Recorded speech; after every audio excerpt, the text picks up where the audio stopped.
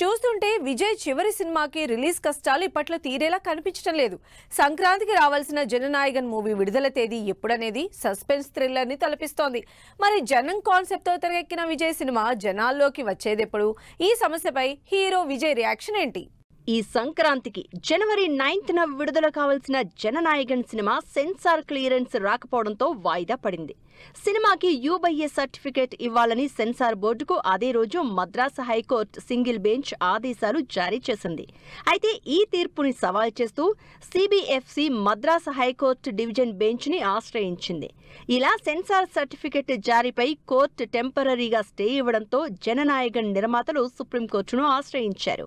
అయితే ఈ సినిమా విడుదలపై కష్టాల్ని ముందుగానే ఊహించాను అంటున్నారు తలపతి విజయ్.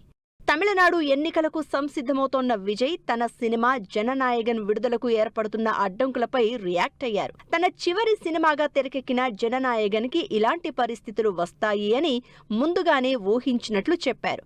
అయితే ఇప్పుడు తన బాధంతా సినిమాకి పెట్టుబడి పెట్టిన నిర్మాతల గురించి అని చెప్పారు. జననాయకన్ కి ఈ కష్టాలు రావడానికి కారణం తాను పార్టీ పెట్టి రాజకీయాల్లోకి రావడమే అని డేరింగ్ కామెంట్ చేశారు.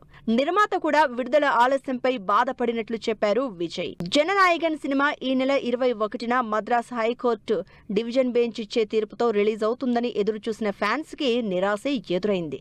సెన్సార్ క్లియరెన్స్ తో రిపబ్లిక్ డేకి జననాయకన్ వస్తుందని అంతా అనుకున్నారు.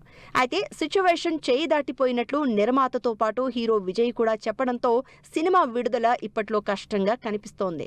పొలిటికల్ గా విజయ్ ని టార్గెట్ చేయడానికే జననాయకన్ సినిమా విడుదలకి అడ్డంకులు అంటున్నారు అభిమానులు. మరి జననాయకుడు ఈ కష్టాల్ని దాటుకుని ఎప్పుడు థియేటర్స్ లోకి వస్తారో వెయిట్ అండ్ సీ.